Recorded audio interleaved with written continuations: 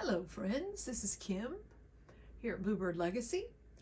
Thanks for stopping by, and here we are on the second in a series of abstract painting. This is how the painting, we had left the painting, and then I went back in and did a little bit of whites and some pouncing, and I did just a few things just to lighten it up a bit. So we're going to start now, and I've got a palette knife, just a regular kind of a thin palette knife, and I've got one of my handmade instruments. It's sort of like a pouncer and a rubber for doing rubbings on the painting. And I've also have one of my skewers. I made that tassel a long time ago and it's sticking on there. But if you have a skewer, any that you use on the barbecue will be fine. It's got a pointy end, and then it's very thin. It's thinner than a straw, so that will work well too. And of course, whatever you want to paint on, board, canvas, probably. I have my paper. This is watercolor paper, Strathmore. It's 400 series, yeah. And it's a large piece of Strathmore paper that is, I mean, look, it's a really large pad, and it is 18 by 24, and it's 140 pound, 300 GSM. So here you have it. It's really big. That's what I tore it out of. So if you want to use that, or really anything you have. Sometimes I've painted on cardboard before. Nothing wrong with tearing the side of a box out and practicing on that, having fun, and just getting your expressive painting feelings out on the paper. Super fun, super fun. So I think what I'm going to do, I've got some colors on my palette. I put my other tools away. I might use my feather. If you didn't watch the last video, go back and see it. You'll see all the tools that I made in a class on Jean Oliver's network. Anyways, this had some orange on it, but I jelly printed this feather, and then a long time ago it sat around, and then I used it on some natural sticks that I went out in the woods and got. And in that class, I learned how to make these tools. So I show those in my last video. I've got a couple of brushes, really long, probably still dirty, but really long. I don't want to have control in this. I'm just looking for painting with a really open feel. And so let's see. I'm just using my Mastersons because I didn't know if I would use a lot of paint and I've put some greens, blues, side of the color wheel, and then some white, and I have some really dark navy, not quite black, but I want to put some contrast towards the end. We may do it this video or maybe the next, depending on how long this goes. So I'm going to start out with my palette knife, and what I'll show you is I am going to dip the side of my palette knife in both of those, as many as I can, getting the paint on like that. And then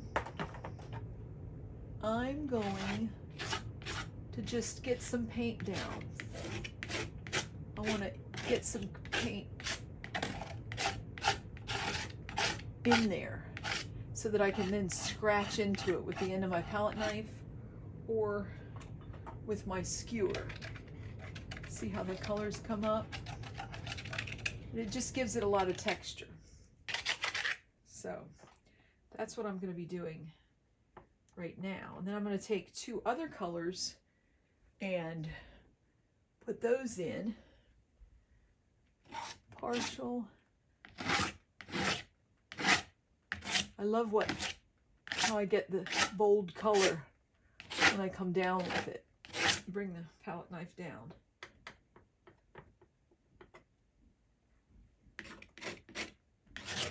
I kind of like the orange in there, so I'm really trying to leave some of my orange as a contrast.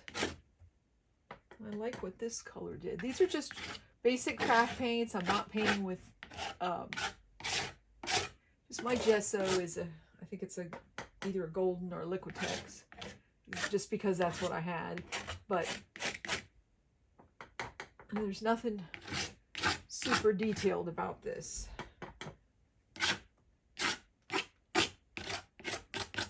Really didn't want to cover that up. So let's take my rag and see what we can pull back. Okay.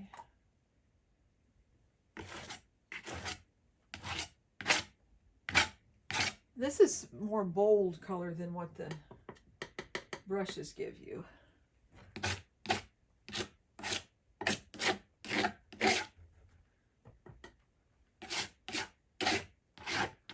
If you hadn't picked up on it, I love blues and greens. Those are my colors. My whole house is basically decorated in turquoise and teal. And I like it in my art too.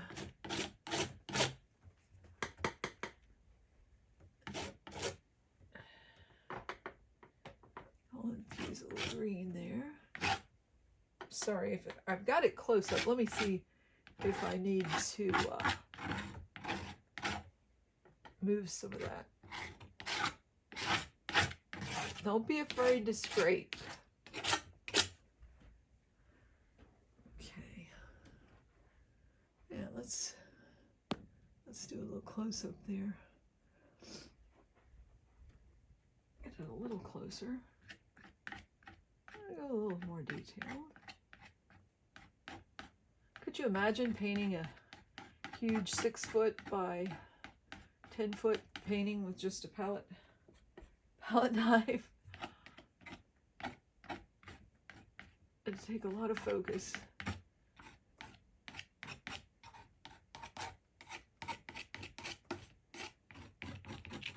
Okay, let's see.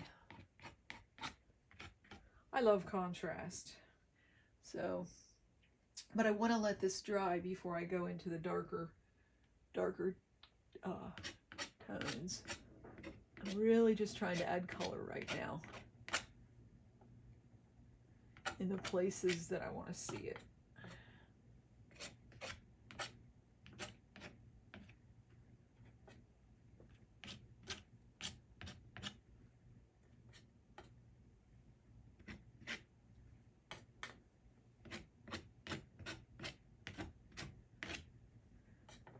And I would just recommend, if you haven't tried just to paint in an abstract way, just give it a try.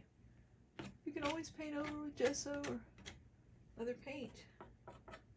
Got a little bit of cream on here. I put a little cream, sort of a Titan buff, and I didn't really like it too well. I like the brighter white. Got a turquoise here, which I really like with orange.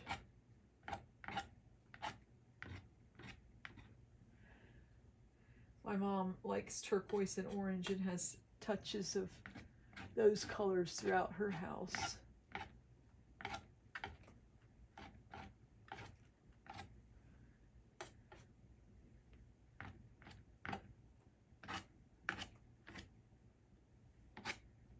And I like this blue with this lavender. It's brighter. Okay, a lot of creams in there. Let's back up. Sorry.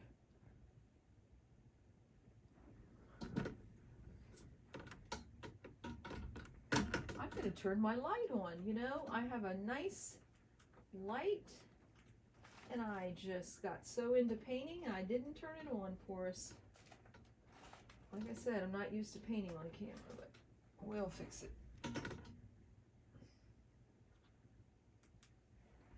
There's a different view. Okay. Okay. Now I may, I may bring a focal into this, and then again, I may just keep it like this.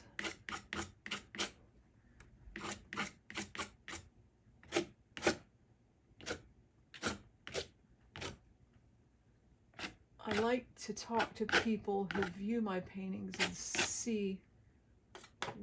ask what they see.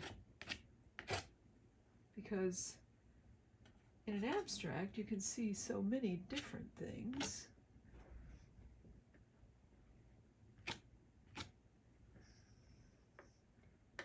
Let's go ahead and mix this.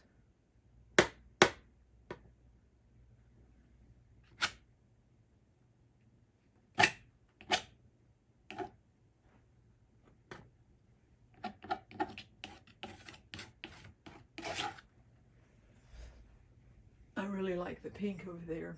I started out with that color. And I may bring it back in. Okay.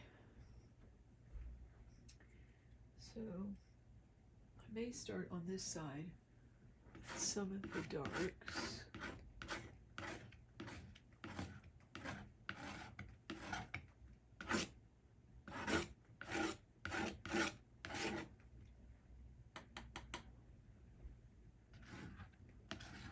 I may change it.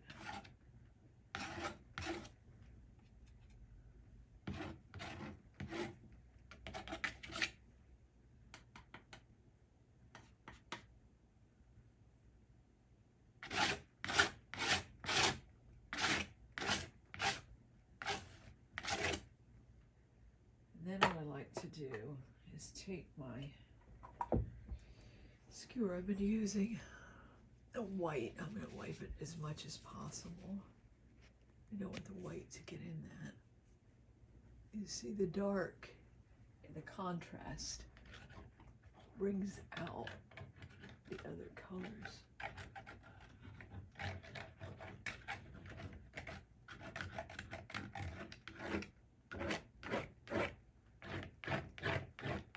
With paper, as you do your project, if you have cardboard, you probably don't have to worry about putting a hole through it, but if you use paper, you just kind of have to be mindful of that.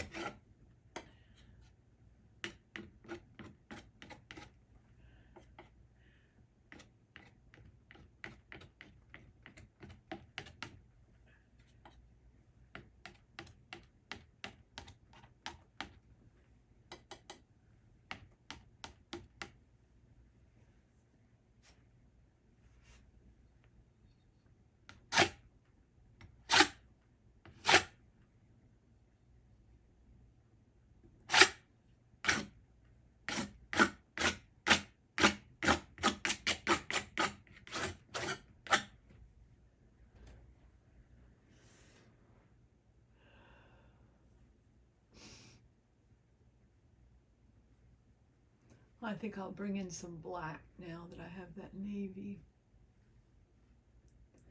I just wanted to share with you some options and what you can do, even with you get enough layers of paint on here, and you can take some of this back, see, and still see your colors. I don't like that straight edge there. Need to fix that.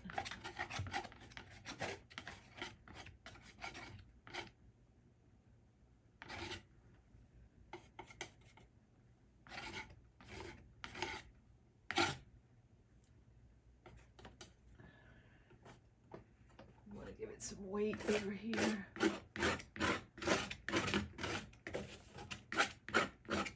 You know, you have to play around with your tools to see what they do. And that's what I would suggest, is that you just have some equipment and paper that you can see what the paint does, what do the tools do, how are they going to mix, and so forth. I'm going to put black over this because it's mixing with a little bit of that green. And I don't care for that. So I like what this is doing. I like this. This is looking up.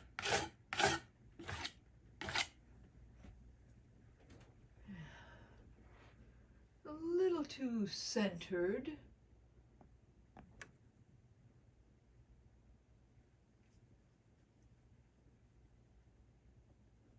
But I see where it's going. I see the abstraction. So I'm gonna clean off my palette knife a bit because I'm gonna go in a lighter color. Anywhere you've got a dark or a light and you put the opposite next to it, I think I mixed here, maybe too much. Let's see. We'll just try this. I can always do it over. When you put the light next to the dark, it draws the eye to that section. So I need to get some more paint and do that, but I think we'll do that in another video because I need this to dry again, and I'll put another video up for you with us finishing up this using different tools and making an abstract.